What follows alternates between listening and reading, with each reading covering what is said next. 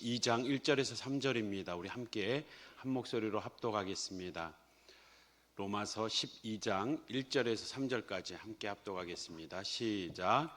그러므로 형제들아, 내가 하나님의 모든 자비하심으로 너희를 권하노니 너희 몸을 하나님이 기뻐하시는 거룩한 산 제물로 드리라.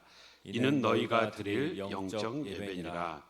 너희는 이 세대를 본받지 말고 오직 마음을 새롭게 함으로 변화를 받아 하나님의 선하시고 기뻐하시고 온전하신 뜻이 무엇인지 분별하도록 하라. 내게 주신 은혜로 말미암아 너희 각 사람에게 말하노니 마땅히 생각할 그 이상의 생각을 품지 말고 오직 하나님께서 각 사람에게 나누어 주신 믿음의 분량대로 지혜롭게 생각하라. 아멘. 할렐루야. 하나님께서 오늘도 저희들 기도의 자리로 부르셨습니다. 우리 함께 기도의 자리에 나오신 성도님들 얼굴 보면서 함께 인사하겠습니다. 하나님의 뜻을 분별합시다. 하나님의 뜻을 분별합시다. 영적 회복을 기대합시다. 영적 회복을 기대합시다. 예, 행복한 가정경영 4번의 말씀을 마치고 오늘부터 영적 회복을 위한 명령, 하나님의 어떠한 명령이 있는지 우리 특별한 다른 순서가 없는 한 6번에 걸쳐서 함께 말씀을 나누고자 합니다.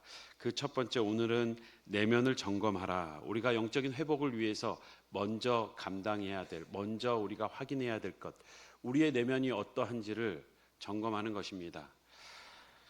30여 년 전에 읽었던 기독교 고전이라고 불려지는 책이 있죠. 내면 세계의 질서와 영적 성장, 고든 맥도날드의 책입니다.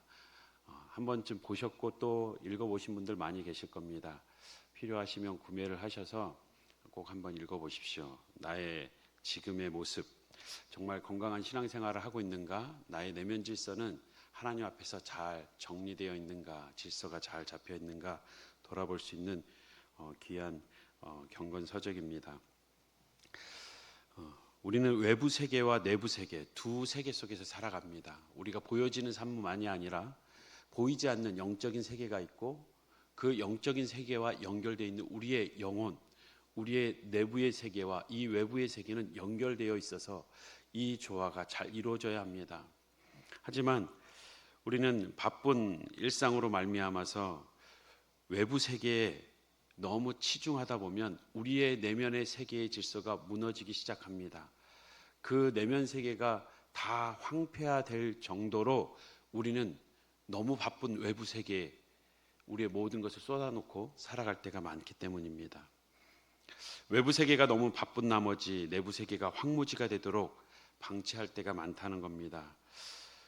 우리의 내면은 어떻습니까? 외부 세계의 바쁜 일정으로 망가져도 무너지고 있어도 그냥 덮어놓고 그 누가 점검하거나 그 누가 들여다보지 않기 때문에 우리의 무너지는 삶을 뒤로한 채 우리의 지금 보여지는 외부의 세계에 집중하고 있지는 않습니까? 한번 가만히 생각해 보십시오. 무엇이 오늘 나를 살게 하고 있는가? 무엇이 지금 우리로 하여금 삶의 원동력을 주고 있습니까? 오늘 왜 눈을 떠서 일터로 향했습니까? 왜 그토록 열심히 일을 하였습니까? 우리가 삶의 동기가 되는 그 원동력이 되는 그 이유가 무엇인지는 내면 세계에 있어서는 너무 중요합니다. 하나님은 외모가 아니라 외부의 세계와 연결된 우리의 모습이 아니라 우리의 내면, 우리의 중심을 보기 원하시기 때문입니다. 중심을 본다. 그것은 또 다른 말로 우리의 동기를 들여다보신다는 겁니다. 우리가 행동을 할 때 아침에 눈을 떠서 일터로 향하는 발걸음, 또 우리가 누구에게 선을 행하는 우리의 행위, 그 모든 것 하나하나에 우리의 내면 속에 우리가 인식하지 못하더라도 그 분명한 의도가, 동기가 있다는 겁니다. 하나님은 이것을 굉장히 중요히 여기신다는 거예요. 이것이 우리의 내면 질서에 너무나도 중요한 요소입니다. 우리의 내부 세계, 그 영적인 상태는 어떠한지, 때로는 우리가 착각하는, 나는 어떠한 사람인가, 내 내면을 들여볼 때, 내 영적인 상태를 점검할 때에 우리가 착각하는 두 가지가 있습니다. 첫 번째는 공적으로 많은 활동을 하면 많은 사람들에게 나타내고 또 드러나는 그러한 사람들은 내적으로도 훌륭한 사람일 것이라는 착각, 그러기에 우리도 그렇게 살아가기 쉽다는 겁니다. 외부적인 많은 활동들, 많은 사람들에게 집중되는 이목들, 이것이 마치 자신의 인격이고 자신의 신앙의 어떠한 성숙도인 것처럼 착각하게 되면 안 된다는 거죠. 우리는 교회에서 더더욱 직분을 받을 때 조심해야 됩니다. 그 직분은 우리의 사명과 연결되어 있지 우리의 인격과 연결되어 있는 게 아니기 때문이에요. 드러낼 수 있는 것, 보여지는 것에 집중하다 보면 우리는 착각하기 시작합니다. 이러한 우리의 내면을 관찰하는데 오해를 불러일으키기 쉽다는 겁니다. 잘 알려진 사람일수록 인격도 훌륭할 것이라는 오해.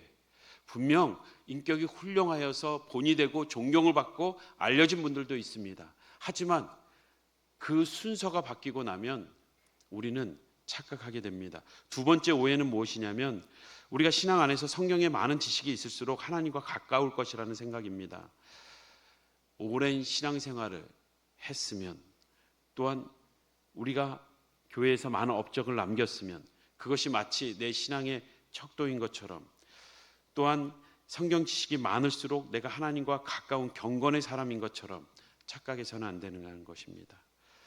경건의 잣대는 우리의 내면의 질서, 다시 말해 영적인 상태, 하나님과 얼마나 친밀한 관계를 갖고 있느냐가 우리의 영적인 상태의 기준이 되어야 합니다.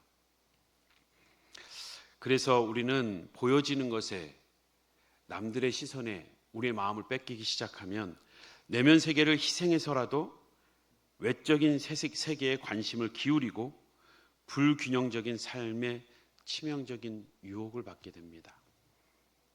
잠언 4장 23절 우리 함께 읽어보겠습니다. 성경은 뭐라고 말하는지 시작.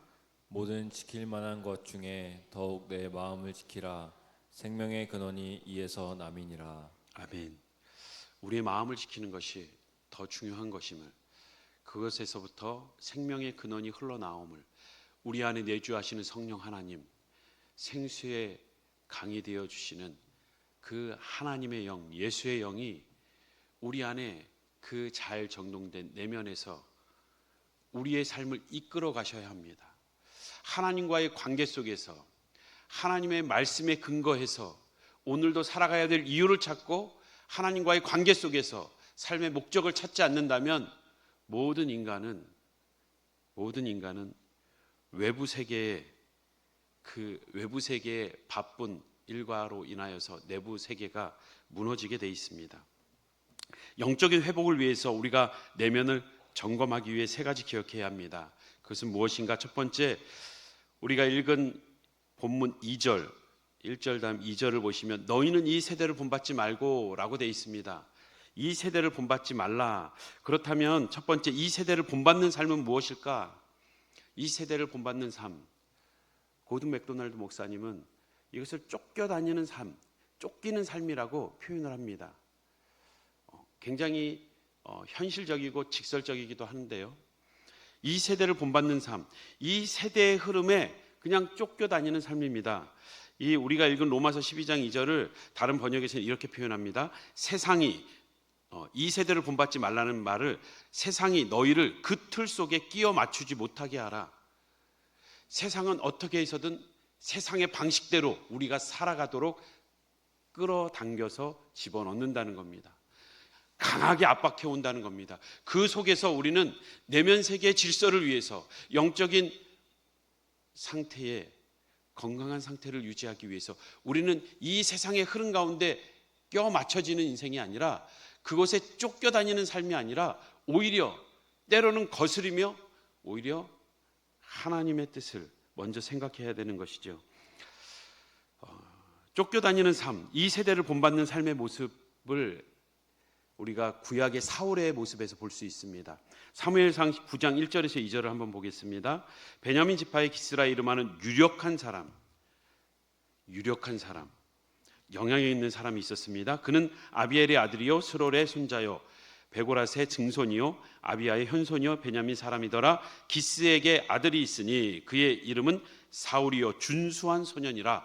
외모가 보기 좋았습니다. 이스라엘 자손 중에 그보다 더 준수한 자가 없고 키는 모든 백성보다 어깨 위만큼 더 컸더라. 키도 크고 훤칠하고 야, 저 사람이면 정말 대통령감이야 라고 불려질 만한 외모와 유력함이, 영향력이 있었다는 겁니다. 그런데 그를 쫓겨다니는 삶, 세대를 본받는 삶의 그러한 모델로 언급하고 있는, 부정적으로 언급하고 있는 이유가 있습니다. 그 두 가지는 첫 번째, 성취적 야망에 휩싸여 있기 때문입니다. 사울이 하나님과의 관계는 뒤로 하고라도 지금 내 명예, 지금 내가 백성들에게 어떻게 보여지는가에 집중한 나머지 자신이 하지 말아야 될, 제사장이 해야 될 그 일을 자신이 하게 되고, 자신이 그 성취하기 위해서, 드러내기 위해서 하나님과의 관계마저 파괴해버리는 그러한 무시무시한 모습을 보게 됩니다. 성취적 야망을 갖고 있는 사람들의 특징은 이러합니다. 먼저는 오직 무엇인가 성취했을 때만, 그때에만 만족감을 누려요. 뭔가 마음의 평안함과 만족함이 뭔가 이뤘을 때에만, 내가 원하는 것을 해내고 원하는 것을 쥐고 원하는 곳에 올라갔을 때에만 만족감을 느낀다는 거예요. 이것은 신앙 안에서 우리가 예수님 한 분만으로 만족한다는, 때로는 우리의 어려운 상황 속에서도 하나님의 인도하심 속에 평안함을 누리는, 세상이 줄 수 없는 평안의 어떠한 그러한 감격이 아닌 내가 이루고 내가 쥐고 내가 올라갔을 때의 만족함, 거기에서 그 칭찬과 쾌감을, 많은 사람들에게서 듣는 칭찬, 그곳에서 쾌감을 누린다는 겁니다. 두 번째는 성취를 표시하는 상징에 굉장히 집착합니다. 다시 말해 자신이 평판이 어떠한지, 남들이 보기에 나를 어떻게 내가 어떻게 보여질지, 남들이 나를 뭐라고 얘기하는지, 이것에 과도한 관심과 그 인정에 굉장히 예민해져 있습니다. 그러기에 그 행동의 판단의 기준이 다른 사람들의 시선이 되는 거예요.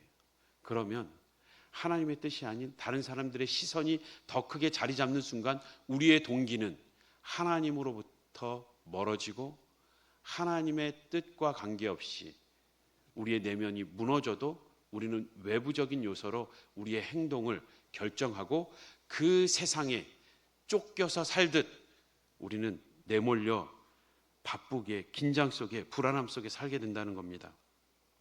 세 번째는 마치 고삐 풀린 팽창욕에 사로잡혀 있는 모습을 보게 됩니다. 반복되는 표현일 수도 있습니다. 이러한 좋은 기회를 잡기 위해서 끊임없이 움직이고, 성취를 음미할 시간도 없이, 내가 지금 어떠한 자리에 있는지 어떠한 상태인지 돌아볼 시간도 없을 만큼 분주하게 움직이며 좋은 기회를 잡기 위해서 그는 노력한다는 겁니다. 마지막 네 번째는 보통 경쟁심이 굉장히 강하다는 겁니다. 비교의식과 함께 그 경쟁심이 매우 강합니다. 모든 일에 승패를 가르는 일로 보고, 다른 사람들을 눈에 멋있게 보여야 하고, 자신이 중요한 인물임을 증명할 절실한 욕구를 가지고 있습니다. 이러한 성취적 야망, 사울과 같은 모습, 우리 모두에게는 이러한 성취적 야망이 있습니다.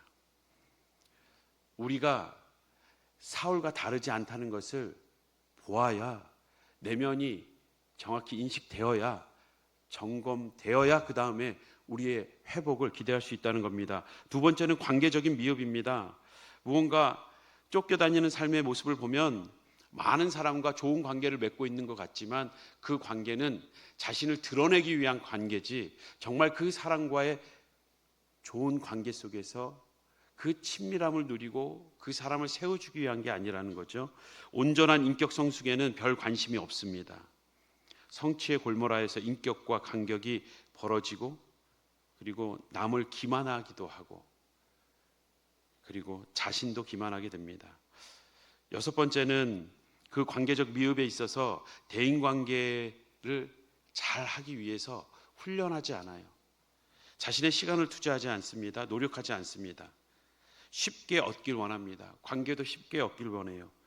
목적 달성을 위해서 필요 없는 사람들, 그러니 신경 쓰지 않게 됩니다. 다시 말해 자신의 일을 위해서 많은 사람들의 관계가 파괴되기도 하고 상처를 입기도 하고, 그러면서 신경 쓰지 않고 내버려지는 희생자들이 발생하게 됩니다.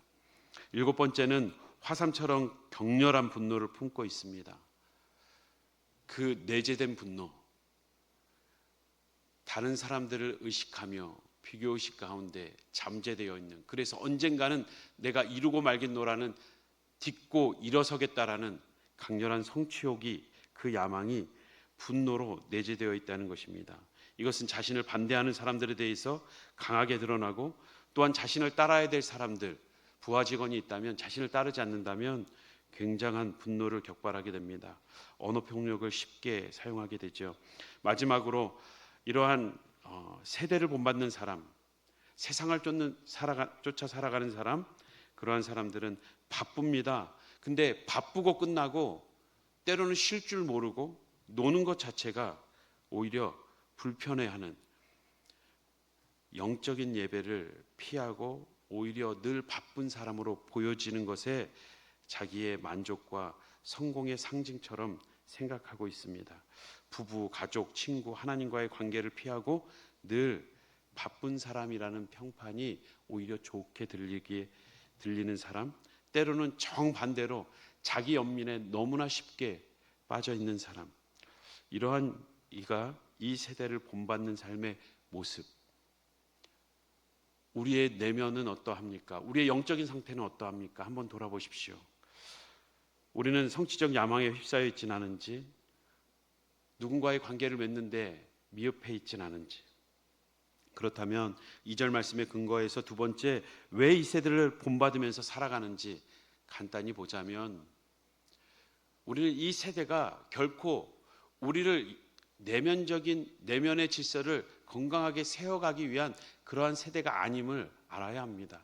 우린 죄악 가운데 태어났고 공중권세 잡은 이 사단의 권력이 주님이 다시 오시는 그날까지 최후의 발악을 하고 있는 마지막 시대에 살고 있다는 것을 기억해야 합니다. 우리가 쫓기는 삶을 살아가는 이유, 주님이 다시 오실 그때에도 장가 가느냐고, 시집 가느냐고, 밭에 나가서 논에 나가서 일하느냐고 바빠서 분주한 삶으로 인해서 우리의 신앙을 잃어버리는, 저버리는 그러한 모습이 쫓기는 삶의 이유가 되는 것입니다. 에베소서 5장 15절 16절 우리 함께 읽어보겠습니다. 시작. 그런즉 너희가 어떻게 행할지를 자세히 주의하여 지혜 없는 자 같이 하지 말고 오직 지혜 있는 자 같이 하여 세월을 아끼라. 때가 악하니라. 지혜 없는 자, 예수 그리스도가 없는 자는, 예수의 영으로 충만치 않은 자는 세월을 아낄 수 없다는 겁니다. 나름 세월을 아낀다고 부지런히 살아가지만 세월을 아끼는 것은 부지런히 사는 것이 아닙니다. 바른 방향으로 가는 것이, 하나님이 기뻐하시는 뜻을 따라 그의 삶을 살아내는 것이 세월을 아끼는 것입니다. 착각하는 거지요. 바쁘게 살면, 열심히 살면 그것이 세월이 아끼는 것이라고. 이 세상은, 이 세대는 악하다라고, 그래서 우는 사자와 같이 우리의 영혼을 집어삼키려고 어떠한 모양으로도 우리가 하나님 앞에 바른 결단을 하지 못하도록, 선택을 하지 못하도록 겁박을 주기도 하고, 우는 사자와 같이 달려들기도 하고, 또한 여우와 같이 우리를 미혹하는 그 사단은 오늘도 우리를 지혜 없는 어리석은 자와 같이 내몰게 만든다는 것입니다. 이 세대를 본받으며 살아가는 이유 가운데 우리의 심리적인 부분들을 좀 본다면, 그것은 우리가 그동안 자라오면서 잘했다, 인정과 칭찬에 결핍할 때에는 더더욱이나 우리는 세상으로부터 인정받고 칭찬을 듣고 또한 그만한 보상을 받기 위해서 부지런히 내달리다 보면 세상으로부터의 칭찬과 함께 세상이 기준이 되고 목표가 되면 세상을 따라갈 수밖에 없는 거예요. 특히 우리의 어린 시절에, 또 우리의 살아온 삶 가운데에 그러한 인정을 받지 못하고 그러한 결핍 속에서 세상으로부터 인정받기 원하는 마음은 위험하다는 것입니다. 우리는 신앙 안에서 우리의 어떠한 사랑의 결핍도 애정의 결핍도 그리스도 안에서 충분히 채워지고 넘치고 있음을 우리는 깨달아야 합니다. 그분은 우리에게 얼마든지 우리의 과거와 우리의 어린 시절과 모든 것을 치유하실 수 있는 분이고 그분의 사랑으로 우리가 얼마든지 그분을 기뻐하며 살아갈 수 있게 하셨습니다. 누구나 휴지 한 장을 주어도 누군가 나를 바라볼까? 내가 휴지 줍는 이 모습을 다른 사람은 어떻게 생각할까? 선생님을 휴지를 버리지 말라고 주우라고 했던 선생님이 생각날 수도 있고 마음에 청중으로 다가올 수도 있습니다. 이것을 심리적으로 개인적 청중이라고 합니다. 누구나 개인적 청중은 다 있어요. 양심이 있고 누군가가 나를 지켜보고 있다는 의식을 갖고 있다는 것입니다. 이것이 하나님이 아니면 우리는 세상을 향해서 인정받고 그 세상을 향해서 보상을 받으려는 마음과 함께 우리의 마음을 세상에 빼앗기는 겁니다. 그 순간 우리의 내면의 질서는 금이 가기 시작하고 무너지기 시작합니다. 우리는 하나님께 인정받아야 합니다. 하나님이 무엇을 기뻐하시는지, 하나님이 나를 지켜보고 있음을 그 누구도 나를 응원하지 않는다 할지라도 하나님의 기뻐하시는 뜻을 따라서 행하고 있는 나의 모습에 흔들림이 없을 수 있는 것은 그분 앞에 살아가고 있음을, 그분이 앞에서 살아가는 존재의식이 우리에게 중요하다는 것입니다.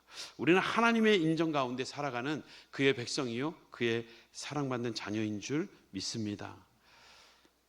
이 세대를 본받으며 살아가는 이유 중에 또 하나는 우리는 너무나도 많이 쫓기는 환경 속에 노출되어 살아가고 있습니다.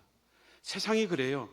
세상이 그렇게 내몰아치고 있고 거기에 발빠르게 움직이지 않으면 우리는 인정받지 못하고 칭찬받지 못하고 우리는 거기에 보상을 받을 수 없는, 어찌 보면 세상에서 낙오한 사람처럼 살아갈 수밖에 없기에 세상이 볼 때에 성공한 사람이 되기 위해서 우리는 너무나도 쫓기는 환경에서 바쁘게 살아가고 있다는 겁니다. 때로는 기도할 시간도 없이, 때로는 말씀 볼 시간도 없이, 때로는 예배할 시간도 없이 우리는 그것을 희생하면서라도 세상이 인정하는 삶을, 세상이 괜찮다라고 여겨지는 그러한 삶을 살기를 원한다는 것입니다.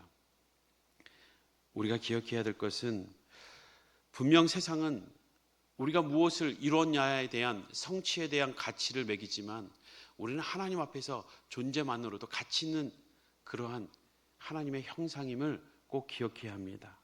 세상은 성취 가치로 우리를 판가름하지만 우리가 먼저 하나님 앞에서 어떠한 존재인지를 기억하지 못한다면 우리의 내면 질서는 바로 세워질 수 없을 것입니다. 쫓겨다니는 사람에게도 그러한 삶을 사는 우리들에게도 희망은 있습니다. 변화될 수 있습니다. 우리는 충동이 아닌, 세상의 요구가 아닌 하나님의 부르심, 하나님의 뜻을 깨닫는데, 그리고 그 말씀에 우리의 영혼에 초점을 맞추면서 우리의 내면은 다시 한번 새롭게 변화될 수 있습니다. 마지막으로 우리가 기억해야 될 것은 하나님의 뜻을 분별하는 삶, 이것이 우리의 내면을 점검하는 데 있어서 매우 중요한 요소이고 우리가 영적으로 회복하기 위해 가장 중요한 내용입니다. 하나님의 뜻을 분별한다는 것은 부르심 받은 삶이라는 뜻입니다. 하나님의 뜻과 상관없이 살아가는 이들은 하나님의 백성도 아니요 하나님의 자녀도 아닙니다. 하지만 우리의 정체성이 분명하다면 우리는 하나님의 부르심 앞에 살아갑니다.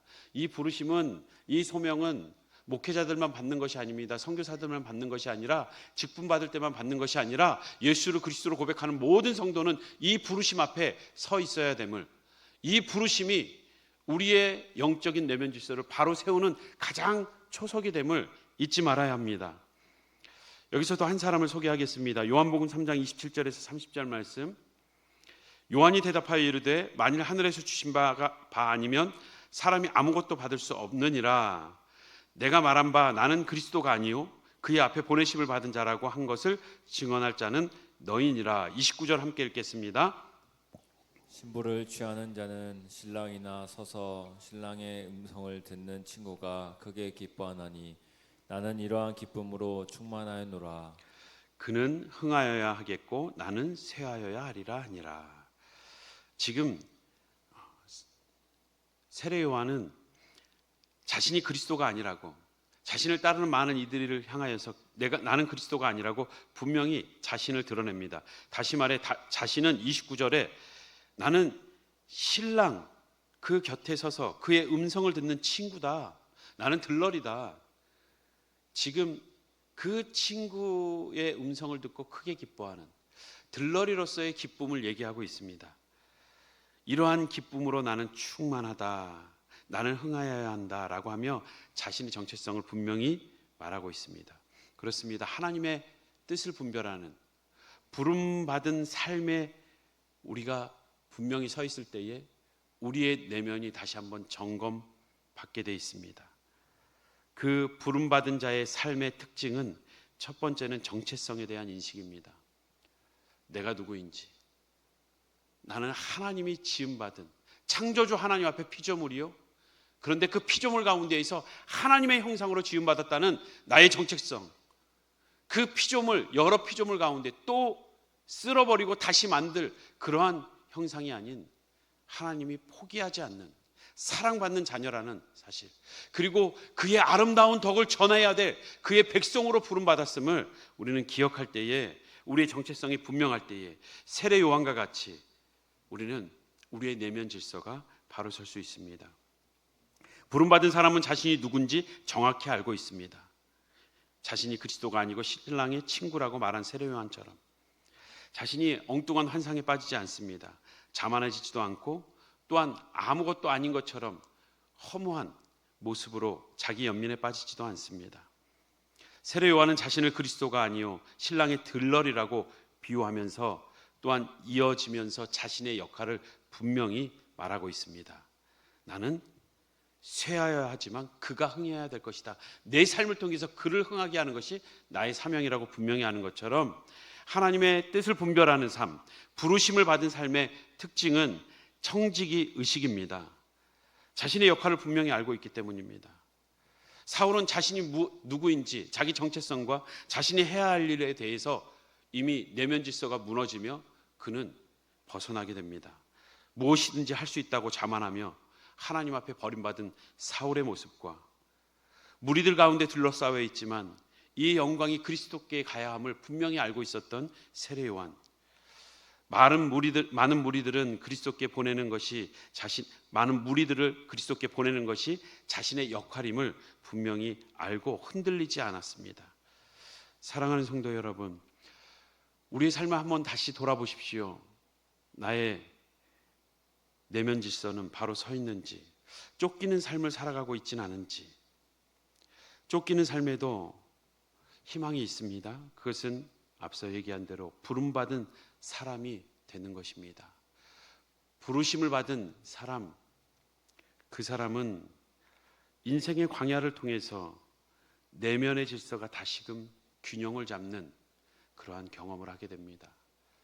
우리는 우리의 아픔과 고통과 인생의 문제를 통해서 하나님께 다시 한번 진지하게 나아가고 그 진지하게 나아가는 그 시간을 통해서 우리의 내면 질서는 다시금 자리를 잡게 됩니다. 광야에서 우리는 목마름을 배우고 광야에서 우리는 하나님을 의지하는 법을 배우게 됩니다. 신명기 8장 2절에서 3절 잘 아는 말씀이지요. 이스라엘 백성들에게 여호와께서 이스라엘 백성들을 40년 동안 광야에 머물게 하신 이유를 분명히 말하고 있습니다. 함께 읽겠습니다. 시작. 내 하나님 여호와께서 이 40년 동안에 내게 광야 길을 걷게 하신 것을 기억하라. 이는 너를 낮추시며 너를 시험하사 내 하나님이 내 마음이 어떠한지 명령을 지키는지 지키지 않는지 알려 하심이라. 너를 낮추시며 너를 줄이게 하시며 또 너도 알지 못하며 내 조상들도 알지 못하던 만나를 내게 먹이신 것은 사람이 떡으로만 사는 것이 아니요 여호와의 입에서 나오는 모든 말씀으로 사는 줄을 내가 알게 하려 하심이라. 아멘. 분명히 말씀하고 있습니다. 너희로 하여금 광야를 걷게 한 것은 너희를 낮추기 위함이었다. 겸손하게 하기 위함이었다. 너희가 누구인지 분명히 알게 하는 것이 내 목적이었다.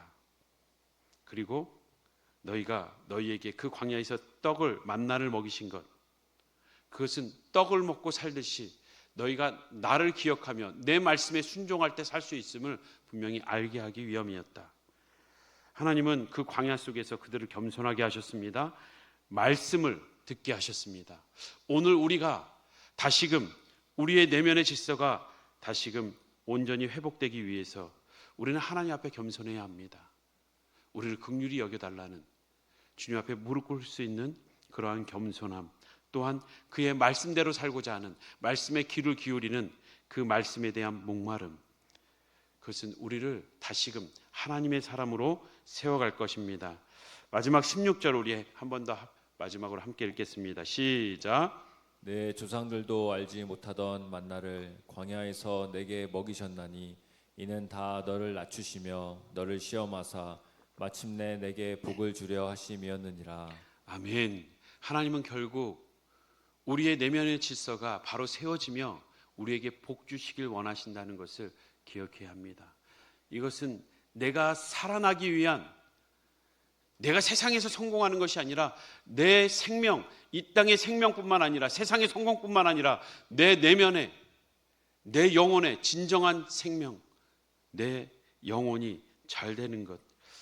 하나님은 이 내면 질서의 회복을 통해서 우리가 하나님이 주시는 진정한 복을 누리길 원하십니다. 사랑하는 성도 여러분, 다시 한번 처음 질문했던 질문을 드리겠습니다. 무엇이 우리 성도님들을 움직이게 하고 있습니까? 사울이 될 것인지 세례 요한이 될 것인지 우리는 매일 씨름해야 합니다. 우리는 왜 그 모든 일을 하고 있는가? 그 일을 통해서 무엇을 얻기 원하는가? 그리고 그 모든 것을 전부 빼앗긴다면 어떻게 반응하겠는가? 오늘 무엇이 우리의 삶을 움직이고 있었습니까?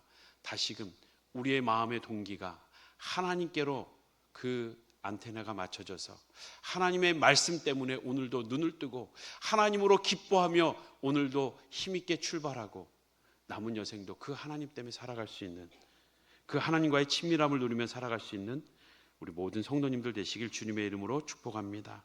우리 함께